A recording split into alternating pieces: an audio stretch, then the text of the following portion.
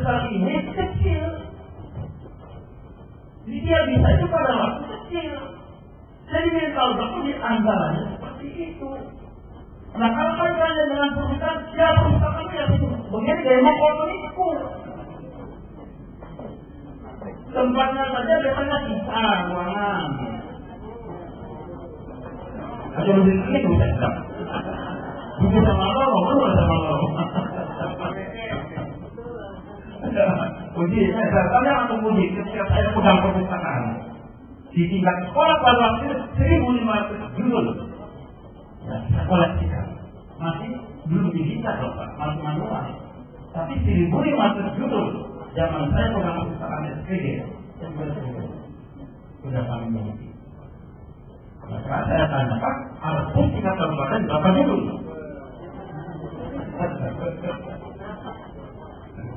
Nah itu makanya saya dorong berapa anggaran untuk beli buku 30 juta, 30 juta anggaran saya membeli setahun dan 30 juta ada.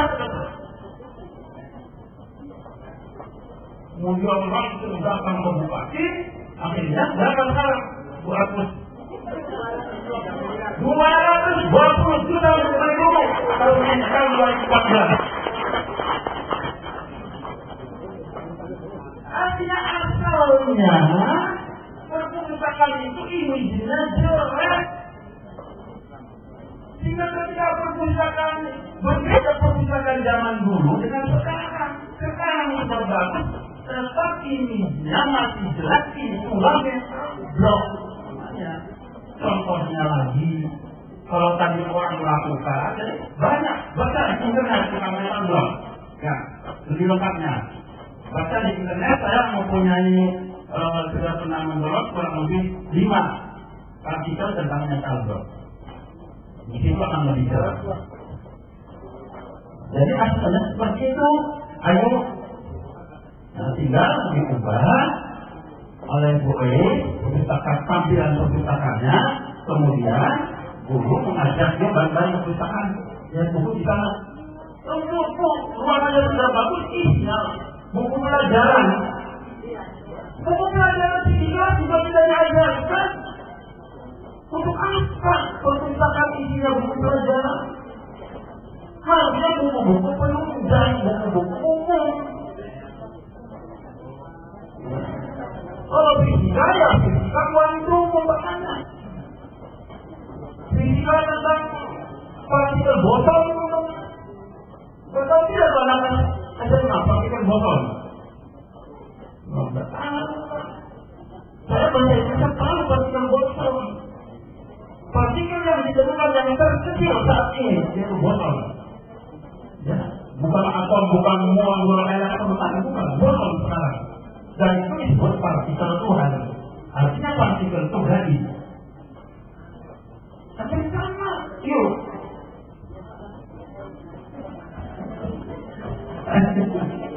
Model perpustakaan seperti apa yang disukai? Pertama tadi kondisi lingkungan, sarana prasarana yang bagus, kemudian buku-bukunya bisa memenuhi semua kebutuhan calon pembaca. Jadi semua buku ada, kemudian diunit dengan bagus. Itu perpustakaan yang mungkin bisa diharapkan. Kemudian yang tadi porsinya ada buku tentang pornografi, ya. Kemudian menggemari pikiran orang. Karena jadi pikiran-pikiran orang itu ada yang dituangkan dalam bentuk lisan seperti kepala mubalik, itu menulis nggak bisa. Mubalik aja, sejak belajar orang diam. Benar, tapi begitu menulis.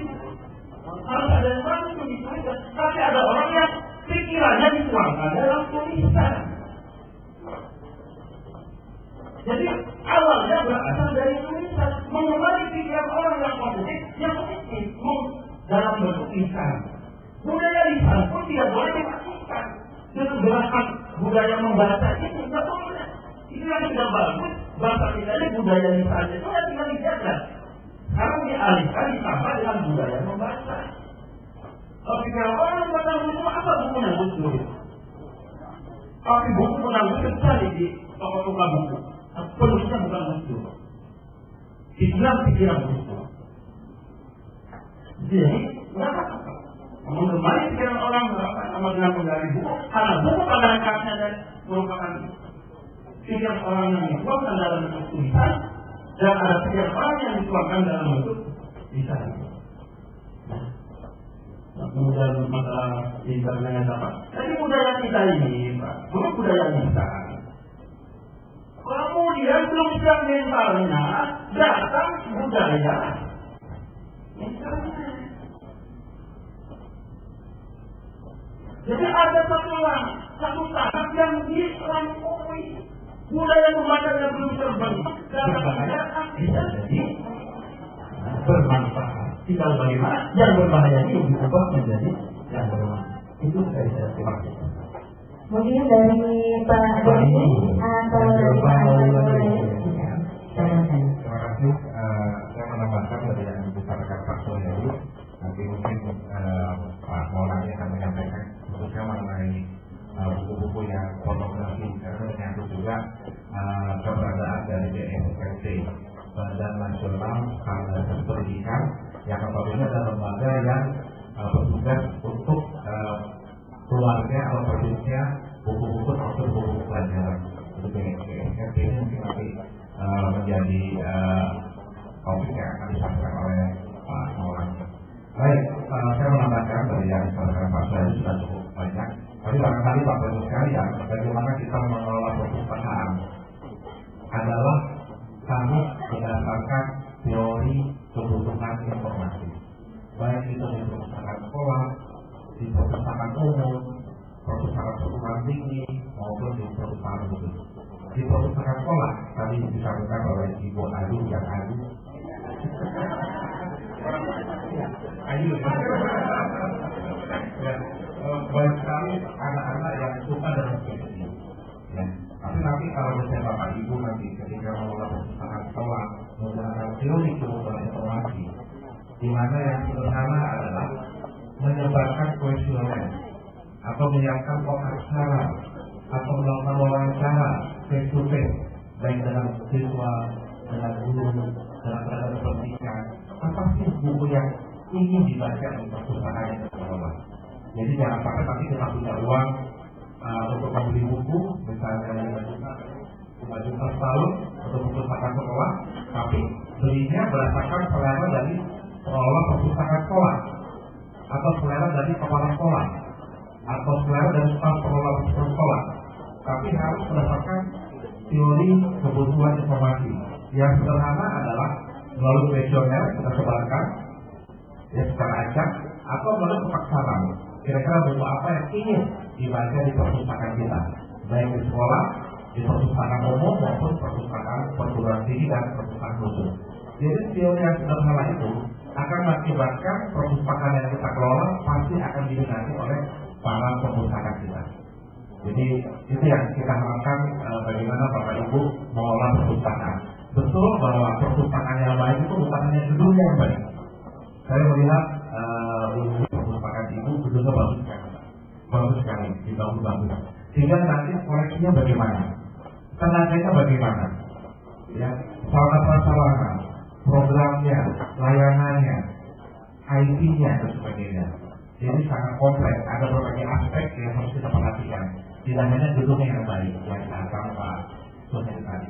Jadi harus semua aspek itu sesuai dengan standar perpustakaan di Indonesia. Kemudian download, Bu Ayu, banyak sekali siswa yang mendownload secara instan tugas-tugas yang diberikan kepada siswa. Saya kira mendownload ini kalau kita perhatikan itu positif, tapi juga perpustakaan harus mengimbangi dengan menyediakan bahan-bahan bacaan yang memang ditugaskan oleh guru bidang studi atau oleh guru kelas. Jangan sampai siswa mendownload, akhirnya ada download adalah sampah. Contoh, mereka diminta oleh guru sejarah Pak untuk menulis mengenai sejarah revolusi Indonesia. Kita tahu sejarah revolusi Indonesia itu 45 sampai 49. Tapi ketika dia mendownload blog pribadi, kemudian di sana tertulis mungkin dia salah ketik atau bagaimana. Sedangkan kalau di Indonesia tahun 50 sampai 59 itu apa yang salah? Itu harus diimbangi dengan bahan bacaan referensi yang disiapkan oleh perpustakaan. Jadi kita tidak bisa menghindari anak-anak kita untuk mendownload apapun informasi yang ada di website. Ya, apalagi sekolah menyiapkan juga akses untuk internet. Nah ini harus diimbangi dengan bahan bacaan referensi yang disiapkan oleh perpustakaan. Ada kolaborasi antara perpustakaan di sekolah, antara pengelola perpustakaan di sekolah dengan guru bidang studi dan guru kelas. Saya kira itu yang bisa saya sampaikan. Nanti Pak Maulana menyampaikan mengenai buku-buku yang sifatnya pornografi. Silakan Pak.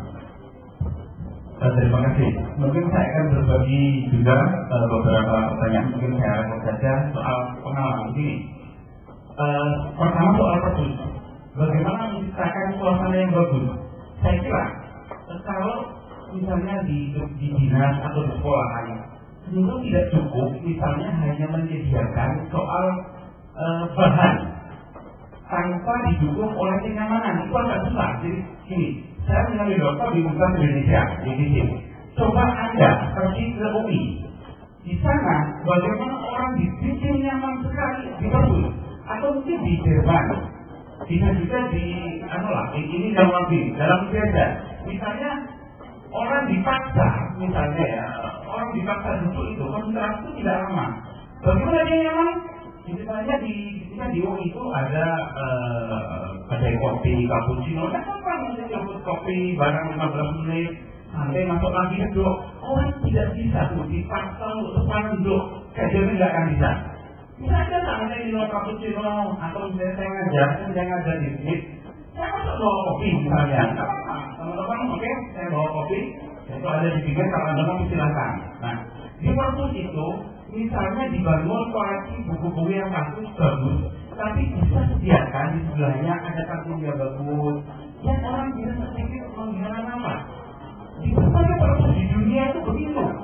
Di Belanda misalnya, orang bekerja dari jam 9 sampai jam 12 malam, jadi kalau gitu, mungkin dia hanya dapat berapa halaman. Tetapi misalnya saat jam 9 ada berapa, dia mungkin keluar ngopi lama, masuk lagi. Kemudian ada start yang nggak lama. Nah, hal-hal seperti itu mungkin yang harus juga diperhatikan selain hal-hal yang sangat normatif tadi. Itu tentu bagus. Ini hanya soal apa? Soal stimulus. Bagaimana orang bisa betah. Jadi misalnya di SMA mana yang saya kira kalau SMA favorit mungkin bisa dari Bali lah, di beberapa SMA yang bagus ada kedai kopi, kemasannya mungkin misalnya yang menarik lah orang kopi nanti masuk lagi. Saya kira itu bisa juga menghasilkan sebuah karya yang bagus.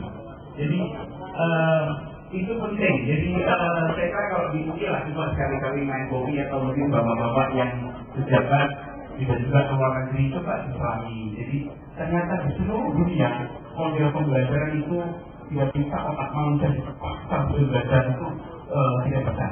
Nah itu soal teknis. Yang kedua, tadi agak menyambung, saya kira bagus mengatasi dodol.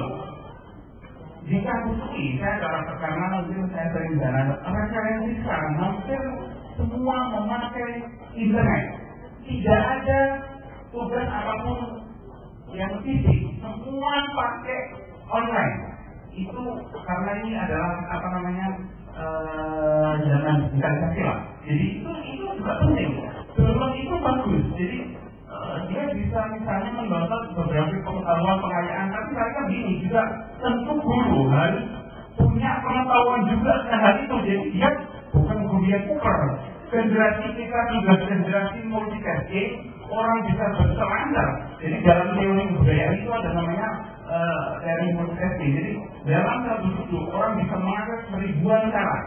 Siswa kita sudah cerdas, tapi guru yang kuper nggak masuk teknologi itu bahaya. Karena itu misalnya ada yang download, ya apa? Itu bagian dari pencerdasan. Tentu misalnya yang perlu boleh, download nggak apa-apa. Tapi minimal gini, pakailah ada referensi, ambil dari siapa? Karena itu kaidah dalam ilmunya. Jadi orang tidak bisa mengklaim itu sebagai karyanya. Jadi sediakan misalnya kan itu misalnya ya terserah mengambil di jurnal internasional, jurnal berbagai kampus, dan itu bisa lebih menerjemahkan, bisa lebih bergerak cepat mendapatkan pengetahuan. Tapi misalnya ketika presentasi, itu sudah harus menunjukkan itu sumber dari mana, ada kutip dari mana, sehingga apa yang disebut dengan plagiasi menjadi tidak terjadi. Originalitas dalam pengetahuan itu hampir tidak ada. Semuanya sesungguhnya hanya menambah, mengkoreksi atau apapun. Jadi saya kira sebetulnya kemampuan itu sudah cukup bagus. Jadi tidak apa-apa Bu, jadi tidak ada khawatir. Bahkan mungkin perlu untuk pengetahuan yang bagus, cari ilmu yang terbaru, misalnya oke, boleh coba, tapi tolong download 3 tahun terakhir bidang yang bersangkutan. Nah, dengan itu upgrade pengetahuan akan terjadi di siswa. Kemudian soal fiksi, begini, hampir misalnya orang itu berangkat dari apa yang ia senangi. Jadi dalam teori menulis itu ada yang disebut untuk teman-teman adik-adik ambak, apa manfaat bagiku. Jadi kalau dia merasa itu tidak punya manfaat, tentu tidak akan dibaca. Karena itu seperti kata Bapak tadi, tidak apa-apa itu biarkan, itu bagian yang akan merangsang dia. Kalau dia sudah nyaman dengan itu, pasti yang lain-lain akan ikut membaca kok. Misalnya dia baca tentang waktu booming, novel ayat-ayat bintang. Tidak apa-apa, karena orang itu ditumbuhkan tidak bisa dipaksa dari hal yang tidak disenangi. Misalnya, boleh apa? Kalau gitu misalnya dia perlu referensi atau merangkum buku ayat cinta, Laskar Pelangi, Menara 3 Warna, dan macam-macam. Dengan itu ia akan berkembang pengetahuan dan bisa berevolusi dengan hal yang lain. Jadi justru dengan itulah tidak biasanya kecerdasan atau hal-hal yang akan betul dan berputar. Di dalam teori intelijensi itu ada 9 teori kecerdasan. Jadi mungkin itu bagi guru-guru penting. Anda tidak bisa melihat teman-teman bapak-bapak, ibu-ibu tidak bisa menghati siswa bahwa teman-teman siswa itu tidak cerdas. Orang itu punya 9 dalam teori kecerdasan terbaru.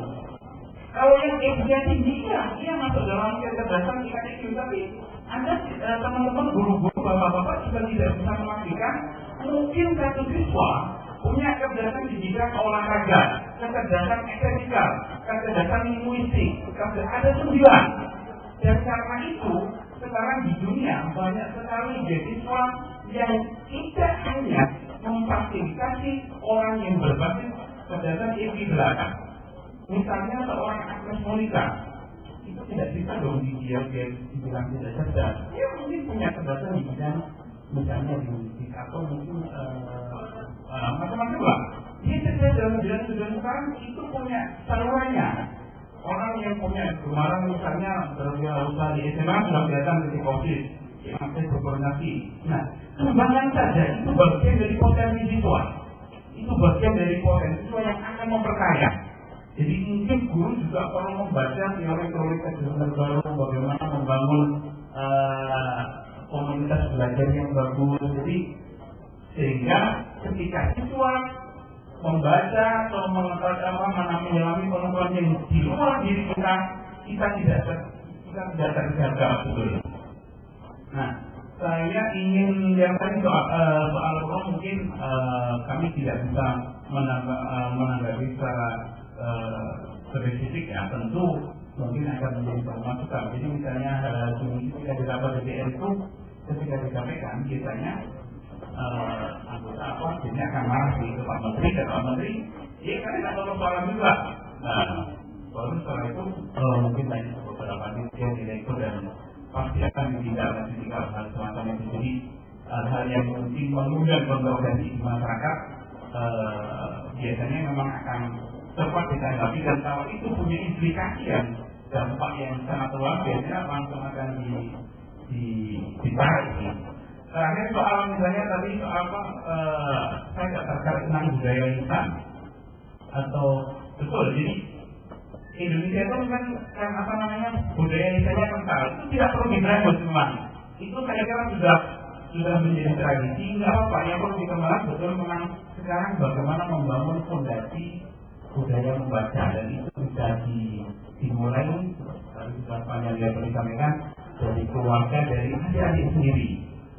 Terakhir kali saya ingin cerita soal pribadi saya. Jadi terakhir kali. Jadi gini kok, saya ingin cerita ke adik-adik aja. Bagaimana teman-teman bisa menumbuhkan kegembaran membaca? Rata-rata orang itu punya keinginan jangka panjang. Jadi kalau teman-teman yang SMK, yang SMA, SMP, tentu suatu saat ingin meraih pendidikan yang lebih tinggi, punya karya yang bagus. Nah, semua itu kan tentu butuh prestasi ya. Nah, itu tentu tidak bisa dilakukan dengan tiba-tiba. Semua butuh kerja keras dan pada titik tertentu itu memang berkorelasi positif berhubungan dengan prestasi Anda. Nah, dalam hal ini mungkin kegemaran adik-adik teman-teman di bidang membaca itu mungkin bisa menjadi jalan. Contohnya, saya S1, S2, S3 itu S2 di Gajah Mada mendapat beasiswa, kemudian saya S3 di UI mendapat beasiswa. Nah, saya ketika mendaftar di S2, saya sudah percaya diri 1000% mendapat beasiswa. Karena apa? Ketika S1, saya itu menulis banyak, entah di koran, entah di lomba-lomba menulis di kampus. Ketika di SMA membaca buku benar awal dari soal fikih dari teman-teman, atau kalau itu di ekstrim menulis karena himpitan kemiskinan. Misalnya kayak saya di S1, ini karena teman saya kan dia nulis banyak, kamu 9 mul, terus ketika kiriman terus kan bahasa Jawa, udah besar kalau minta kiriman orang tua terus. Nah, teman saya ini menulis, kemudian saya juga berpikir ini bisa menginvestasi masa depan. Saya dibilang 1-2 kali nggak apa-apa, tapi lama-lama tak pikir ini bahasa kasar Jawa Timur ya. Dan doa ini, nah karena saya kalau instruksi saya dari itu atau anak meminta turun orang tua nggak pernah, saya kan lama-lama lagi juga kan. Nah, saat itulah jadi orang itu dalam satu hidup pasti ada pengalaman yang merubah titik balik. Saat itu saya mulai menulis, sehingga saya sampai menulis di koran. Sekarang itulah saya tidak pernah minta uang orang tua lagi. Saya terus menjawab pos awal dari membaca buku kita resensi yang novel, setelah itu di Selamat juga di KF di Indonesia sampai di Kompas. Akhirnya sampai sekarang, selain itu sebagai investasi pengetahuan, itu sebagai untuk identitas diri dan juga soal kepuasan secara nurani. Jadi setelah menulis banyak, kemudian kita ada gratis kampus, penulis media terbaik. Nah, ketika saya masuk UGM, saya yakin ketika IP saya tinggi misalnya, mungkin orang sama-sama punya IP, tetapi saya sudah percaya, saya yakin saya yang pertama, karena saya punya instansi tulisan dari hasil saya membaca yang banyak sekali. Saatnya diumumkan, saya sudah bilang ya Bapak, udah saya nggak minta apa-apa, saya pasti diterima di Gajah Mada dengan beasiswa. Saya kan surat, ya, kemudian diterima di Soswal dengan beasiswa. Salah satunya saya yakin karena saya telah menanam apa yang saya tanam ketika awal dulu dengan membaca fiksi apa rangkuman dan saya kirimkan ke Gajah Mada. Setelah itu juga ketika S3, nah dengan itu sebetulnya kita juga punya semangat penulis apa, membaca itu juga penting, bahwa kita akan dapat apa itu juga penting. Mungkin kepada Anda teman-teman yang lagi sekolah, tulislah, kemudian cita-citanya dengan itu terjadi perempuan bisa ke luar negeri. Jadi ketika S3 S2 itu, kalau tulisan itu saat ini budaya membaca kemudian ditulis itu menjadi investasi yang sangat mahal sekali. Jadi pesan saya sebetulnya ketika Anda membaca contoh Sayyidina Ali, ikatlah ikat ilmu itu harus diikat dengan menulis. Jadi bacaan itu diikat dengan menulis, dan yakin itu pasti akan menjadi investasi pengetahuan bagi adik-adik sekalian. Minimal ya, kalau saya tidak cerita banyak orang yang sudah berkata, saya membuktikan diri saya. Jadi saya pernah di misalnya di staf kementerian macam-macam. Karena mungkin orang butuh itu, orang tidak hanya kalau bahasa Indonesia itu orang butuh contoh itu. Contoh itu nggak penting. Jadi apa yang kamu baca, tuangkan dalam tulisan, dan itu akan dibaca generasi 1000 tahun ke depan. Dan itulah investasi Anda untuk masa depan, untuk pengetahuan. Terima kasih. Ya, terima kasih kepada Bapak Mohon berbiasa.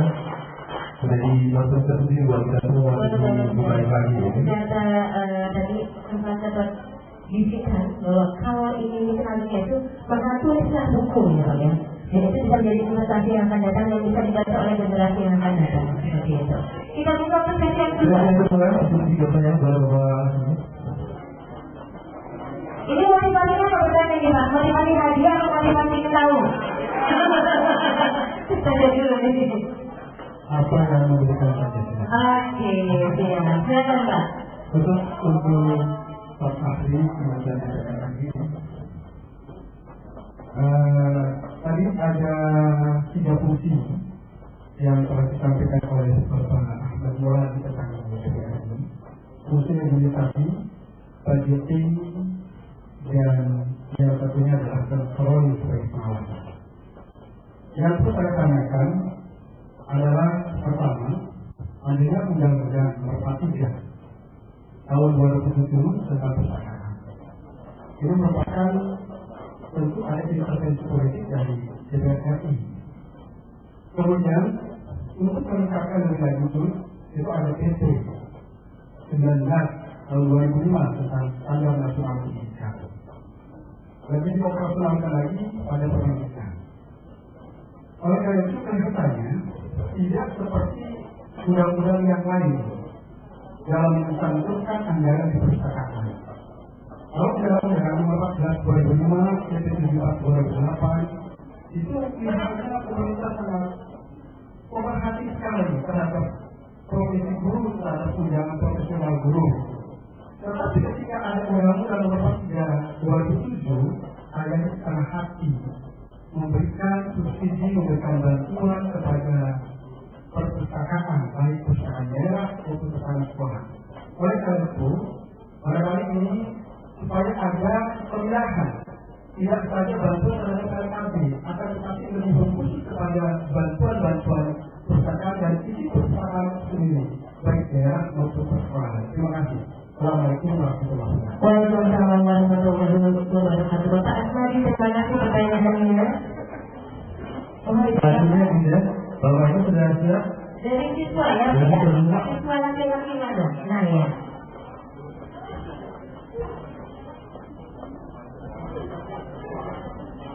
Assalamualaikum warahmatullahi wabarakatuh. Saya menjadi pendengar dari SMA Negeri Tamunya. Mungkin membaca adalah kebutuhan bagi kami sebagai pelajar ataupun seluruh masyarakat yang sampai saat ini aktivitasnya masih berkaitan dengan pendidikan. Namun untuk masyarakat tradisional yang aktivitasnya sedikit beralih dari lembaga pendidikan, kadang menganggap membaca bukanlah kebutuhannya. Pertanyaannya, bagaimana solusi agar masyarakat tradisional mengetahui ataupun menyadari akan pentingnya membaca dalam upaya menimba ilmu. Terima kasih. Wassalamualaikum warahmatullahi wabarakatuh. Ya, satu pertanyaan lagi. Berikutnya katanya ini ya, dari Universitas Terbuka. Silakan. Assalamualaikum warahmatullahi wabarakatuh. Saya minta mewakili teman-teman UT dari Universitas Terbuka jurusan D2 Perpustakaan ingin menanyakan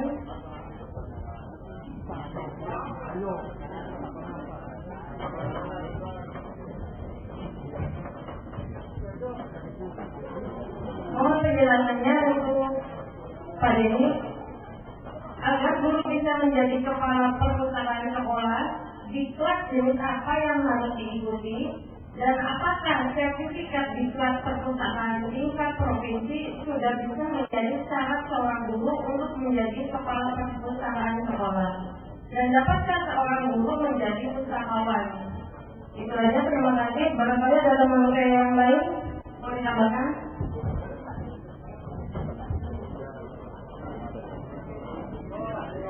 Assalamualaikum warahmatullahi wabarakatuh. Saya Tuti Pak dari ilmu perpustakaan UTEK. Kepada mungkin pertanyaannya kepada Pak Denny ya. Ini Pak, saya ingin mengetahui bagaimana sebenarnya peran perpustakaan nasional dalam memberdayakan perpustakaan daerah. Karena seperti kita ketahui bahwa perpustakaan di daerah saja berbeda dengan perpustakaan yang ada di kota besar.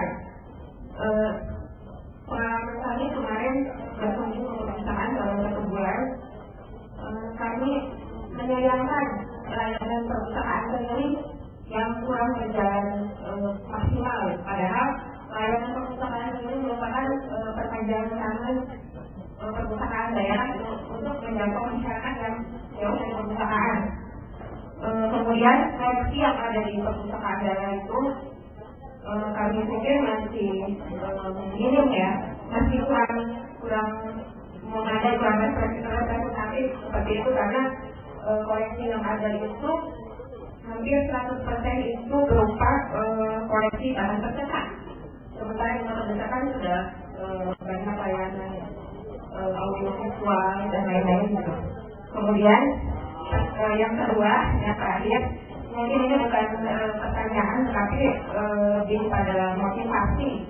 Permohonan motivasi bagi kami ya kayak sebagai pustakawan, agar tidak berkecil hati dalam menyandang gelar pustakawan, karena selama ini kan ini pustakawan itu sebagai profesi kelas 2 atau profesi keuangan lah seperti itu. Terima kasih Pak. Assalamualaikum warahmatullahi wabarakatuh. Waalaikumsalam warahmatullahi wabarakatuh. Terima kasih dan usul hadirin tuan-tuan ini serahkan untuk diberikan. Kita langsung dari Pak Aswadi mulai ke Pak Maulani ya. Nanti mungkin bisa dijawab oleh ketiga narasumber.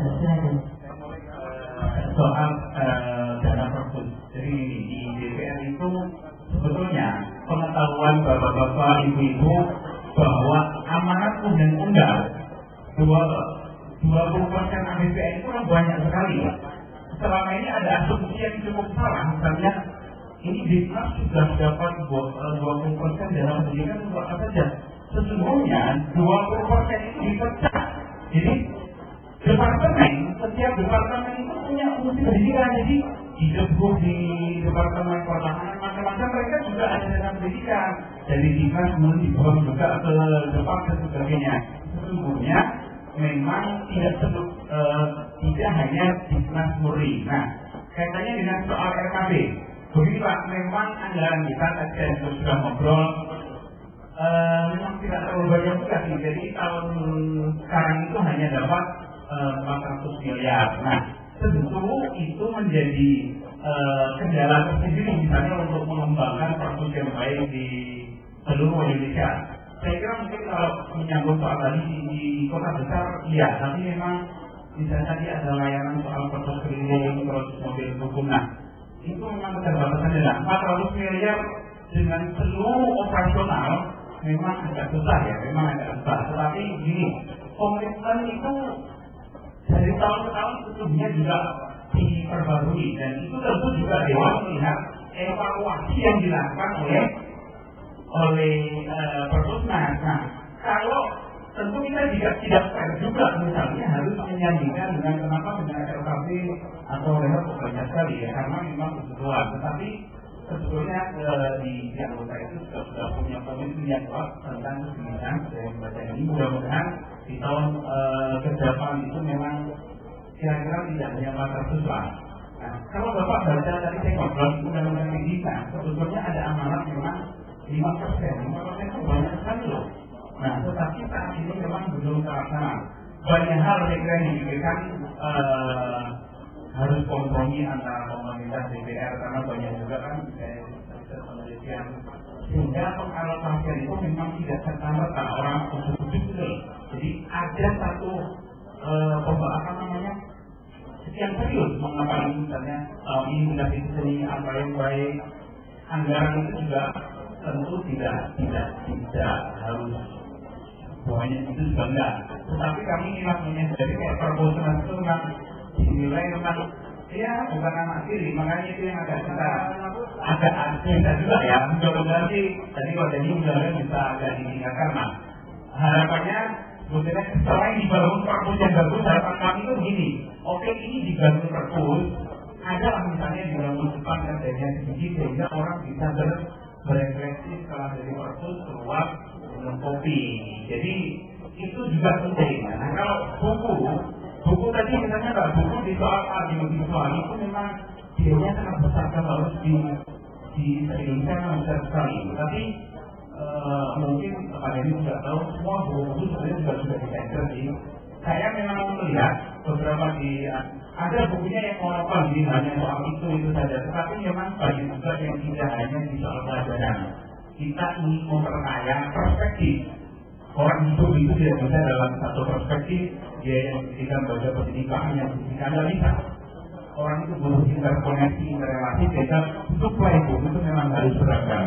Jadi kira-kira itu Pak, jadi kita tidak bisa juga untuk tiba-tiba mengatur anggaran dapat misalnya 1 triliun untuk perpus itu butuh perdebatan yang ada di DPRD. Nah, terakhir soal profesi pustakawan, ngomong saya ingat. Jadi gini, teman-teman tidak perlu minder dengan profesi itu. Sekarang itu agak menjadi profesi yang katakanlah nggak dicari. Jadi misalnya teman-teman ingin daftar, itu banyak sekali uang. Di Undi kita lihat, itu di Undi itu tidak banyak profesi pustakawan itu agak susah. Padahal peluangnya agak banyak. Jadi Anda sekarang teman-teman bukan lagi di kelas 2 kan, tapi yakinlah profesi Anda itu profesi yang sekarang dicari orang. Sengaja kalau misalnya ada pembukaan pasti dibutuhkan pustakawan. Nah, pustakawan di UU itu sekarang top. Jadi itu teman-teman bisa belajar dari situ bahwa masa depan teman-teman yang bergerak di bidang pustaka itu masih sangat terbuka lebar. Jangan minder, di kelas 2 nggak dilihat ini otaknya enggaknya buku tok. Nah, saya kira hal-hal negatif itu mulai dibuang Pak. Jadi tanamkan dalam diri saya itu udah punya pengetahuan. Anda butuh peluang apa? Tanya saya. Saya ada semua. Mau artikel apa? Nah, itu hanya bisa dimiliki oleh pustakawan tentu dengan pelatihan-pelatihan yang diadakan oleh misalnya di Perpustakaan Nasional. Terima kasih. Dan saya tambahkan terutama pertanyaan dari teman-teman dari UT, dari Saudara Mista dan Putri. Dan sedikit saja untuk saya sampaikan bahwa tempat bagi mereka yang lulusan perpustakaan baik diploma 2, S1, diploma 3, S2 tadi yang disampaikan oleh Pak Maulani, tempatnya cukup banyak. Kita lihat saja di sekolah kurang lebih kita memiliki 250.000 sekolah. Artinya kalau kita asumsikan 250.000 sekolah, kita memerlukan 250.000 pustakawan. Idealnya adalah mereka yang dari pendidikan formal, apakah D2, D3, S1 atau S2, bahkan S3. Notabene kita hanya memiliki 25 perguruan tinggi di Indonesia, swasta dan pemerintah yang menyelenggarakan program perpustakaan. Kalau kita hitung per tahun, paling-paling kalau kita mendapat 30 orang, paling-paling tidak lebih daripada 900 orang per tahun. Mau tahun berapa atau berapa tahun kita bisa memenuhi kebutuhan 250.000 perpustakaan di sekolah. Oleh karena itu, sekarang ini teman-teman yang berprofesi sebagai guru, sebagai pengajar juga diberikan kesempatan untuk memangku jabatan atau mengelola perpustakaan sekolah, baik sebagai kepala perpustakaan sekolah maupun sebagai pengelola perpustakaan sekolah melalui program peningkatan kompetensi diklat. Untuk kepala perpustakaan sekolah itu 120 jam lah, sedangkan untuk pengelolanya adalah 110 jam lah. Jadi guru jika berminat bisa menjadi pustakawan dengan mengikuti diklat calon pustakawan tingkat ahli pola 628 jam lah kurang lebih 3 bulan. Jadi ada dua kemungkinan. Pertama adalah terkait dari formal D2 sampai dengan S2 atau S3, dan dari S1 dan perpustakaan mengikuti calon pustakawan tingkat ahli 3 bulan. Nah, untuk Bapak Ibu sebagai kepala perpustakaan sekolah dan kepala perpustakaan kabupaten kota juga ada diklatnya Bu. Karena dalam undang-undang ini disebutkan bahwa kepala perpustakaan nasional, kepala perpustakaan provinsi, kepala perpustakaan kabupaten kota, dan kepala perpustakaan perguruan tinggi dijabat oleh pustakawan dan atau tenaga ahli perpustakaan. Jadi mereka yang menjadi kepala bukan dari pustakawan, bisa mengikuti diklat tenaga ahli perpustakaan pola 12019. Jadi ini adalah usaha kita bersama di dalam meningkatkan mutu sumber daya manusia, baik yang dari tingkat formal melalui pendidikan yang diadakan oleh Pusat Perpustakaan Nasional bersama-sama teman-teman dari daerah dan dari organisasi profesi dan juga dari perguruan tinggi. Jadi itu mengenai diklat yang kita adakan. Jadi boleh dari guru pun bisa beralih menjadi pustakawan atau mengikuti diklat yang dipersyaratkan. Saya kira itu. Terima kasih. Assalamualaikum warahmatullahi wabarakatuh. Terima kasih menambahkan dan ini pertanyaan dari Pak Nadi menarik masalah anggaran untuk perpustakaan. Baik, barangkali perlu juga para pustakawan ini menunggu gerakan PDRI ketika berdiri berusaha untuk mendapatkan tunjangan profesi. Itu mulai dari tataran aturan tempurung, mulai Undang-Undang Dasar 1945 amandemen ke-4. Di sana baru muncul, kalau muncul bahwa untuk anggaran pendidikan 20%. Nah, jadi di Undang-Undang Dasarnya dulu. Nah, sejak itu memang dunia sudah mendengar bahwa buruh di Indonesia akan mempunyai masa depan yang sangat baik. Itu organisasi buruh sedunia. Nah, kemudian PBB berusaha juga melahirkan undang-undang. Nah, undang-undang buruh dan dosen. Setelah itu juga mendesak melahirkan saya itu dilakukan. Nah, tidak cukup itu saja pada tataran hukum, pada tataran aturan, tetapi juga pada tataran intelektual akademik. Nah, perjuangan bahwa tidak ada bangsa di dunia ini menjadi maju tanpa pendidikan yang bagus. Tidak ada pendidikan yang bagus tanpa guru yang bagus. Kemudian, ya, maksudnya masih kendor juga di pemerintah, maka PBB turun jalan ke tanah negara. Sekarang kalau menunggu itu silakan. Selamat semuanya. Itu pengalaman bagus. Kalau ini mau dilakukan karena landasan hukumnya sudah ada. Kemudian bagaimana nanti masyarakat baik mana? Kaliannya ini rata-rata lama sekolah bangsa kita itu tidak lepas dari rata-rata lama sekolah. Kalau masyarakat kita ini masih sekitar 8% mudah boros.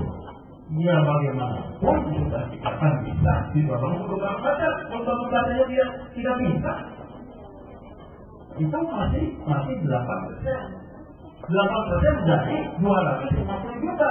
Berapa itu? Masih cukup tinggi. Kemudian dari rata-rata lama sekolah bangsa kita ini ya belum 9 tahun. Artinya rata-rata belum SMP. Dengan pendidikan seperti itu maka semakin rendah pendidikan, semakin sulit untuk menemukan benar membaca. Oleh karena itu yang harus digendor adalah rata-rata lama sekolah dulu. Mereka bersekolah dulu, kemudian setelah bersekolah baru usaha untuk menumbuhkan kegemaran membaca akan bisa dilakukan. Nah, makanya ada program paket A, paket B, dan paket C. Nah, dengan pendidikan itu nanti baru program kegemaran membaca yang bisa ditumbuhkan. Nah, kemudian satu lagi tadi tambahan masalah bagaimana terjadi transformasi dari fiksi ke non-fiksi. Pengalaman saya, terus terang saya pernah membaca buku fiksi sains tentang manusia bisa berjalan dengan kecepatan cahaya. Nah, kemudian dari situ saya tertarik ketemu dengan buku tasawuf. Buku tasawuf hampir begitu. Hampir juga bercerita tentang itu. Nah, dari situ saya ingin menjelaskan secara rasional. Sebenarnya rasionalnya seperti apa orang bisa bergerak dengan kecepatan cahaya itu. Nah, akhirnya saya sementara sampai pada kesimpulan seandainya manusia ini bisa membuat alat dengan bahan cahaya, maka manusia yang berada di dalam cahaya akan bisa bergerak dengan kecepatan cahaya. Itu masih dalam berupa teori-teori yang barangkali perlu pembuktian.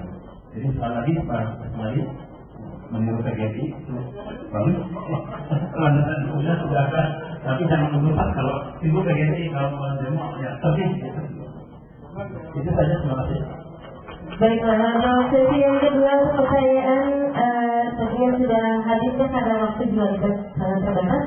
Kalau untuk kebanyakan yang mendukung presentasi ya, kalau ada tidak puas nanti bisa ngobrol langsung dengan beliau setelah acara ini. Nanti ketika narasumber kita memberikan waktu yang sangat luas ya Pak ya untuk bisa menanyakan lebih detail tentang bagaimana memotivasi agar semua membaca. Oke, penting sekarang kalau kita ada kuis dulu, kita minta nanti juga untuk Pak Doni, Pak Didi Kamu memberikan satu pertanyaan kepada para peserta dan yang betul jawabannya kawasan tadi ya dari kita ya. Oke, kita minta dari ke Pak Maulana terlebih dahulu, silakan pertanyaannya Pak. Apa? Ada masalah ini boleh. Oke, kita sediakan 3 hadiah. Saya jadi saya pertama, bagaimana caranya menurut Undang-Undang Nomor 43 Tahun 2007 tentang Perpustakaan yang sudah saya sampaikan, bagaimana caranya membudayakan kegemaran membaca? Ada 3 cara. Yang mana? Ini ada yang oke. Pelajar silakan. Ada 3 cara. Silakan. Tadi kan Bapak sudah menjelaskan pertama itu di keluarga, kedua di satuan pendidikan, dan ketiga di masyarakat. Betul. Baiklah, selamat.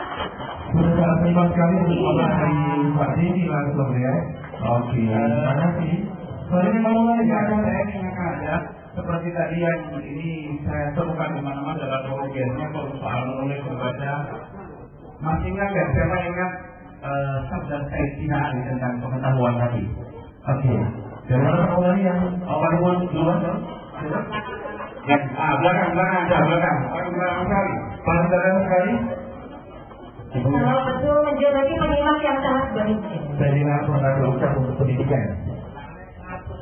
Assalamualaikum warahmatullahi wabarakatuh. Nama saya Anissa dari SMK Ahmadiyah ya. Jadi Sayyidina Ali itu pernah bersabda, berikanlah keluarga itu bukan sekedar roti, makanan, tapi berikanlah ilmu. Oke, sama sekali. Jadi itu saya kira yang harus diceritakan Pak Bapak dan Ibu. Oke, semuanya betul ya Pak, yang luar biasa. Berarti semua pertama menyimak secara baik ya pemaparan dari ketiga narasumber kita. Berikutnya terakhir Pak Haji Suhaimi. Tadi yang sudah saya sampaikan bagaimana teori proses membaca dari teks sampai gemar. Silakan. Oke, yang ini sendirian nih. Tadi teori itu ada 3, yang pertama teori empirisme, teori naturalisme, dan teori konstruktivisme. Sebelum teori membacanya itu teori pendidikannya. Teori membacanya dari teks kembali urutannya ini sampai ke hati gemar. Silakan. Yang depan ini ya, yang duluan. Yang mana Pak? Yang mana? Ya, silakan. Oke. Ini siswa ya, kita tentang pendidikan yang banyak. Assalamualaikum warahmatullahi wabarakatuh. Nama saya Muhammad Sulaiman dari Universitas Jurusan Lalu. Yang pertama itu dari teks bacaan yang bagus, lalu mata yang bagus, dan saraf otak yang bagus, lalu bagian otak membran frontal saraf yang bagus, dan hubungan dengan hati. Terima kasih. Wassalamualaikum warahmatullahi wabarakatuh. Betul ya Pak Haji ya? Rupanya memang kalau masih orang kegiatannya luar biasa ya ini. Betul sekali. Masih ada tambahan 5.000 untuk kesempatan dari Pak Haji. Oke, sudah hampir kita beberapa orang yang jadi jam 9 tadi Dinda. Oke. Di acara hari ini kita mencari sebuah kesimpulan bahwa dengan membangun karakter bangsa untuk membaca adalah dari keluarga. Betul sekali. Kita akan memberikan hadiah Silakan. kepada para narasumber dari Perpustakaan Republik Indonesia ya.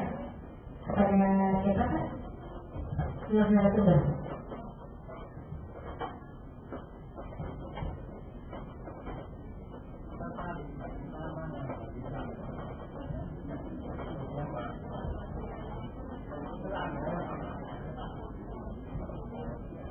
Baiklah, ada pemberian kenang-kenangan dari kantor perpustakaan Republik Indonesia kepada Kepala Perpustakaan Kabupaten Indramayu, Ibu Yudhanawi dipersilakan.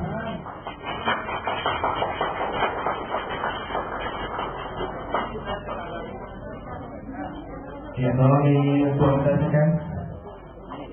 Silakan kepala terlebih dahulu.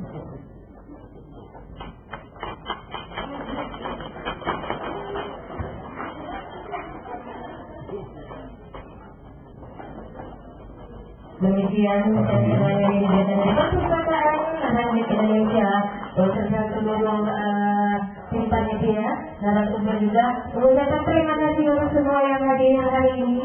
Dan nanti belum pulang dari ruangan ini, segera sana nanti ada untuk makan siang untuk semua para peserta. Oke. Selamat siang dan wassalamualaikum warahmatullahi wabarakatuh. Ada sesi foto bersama.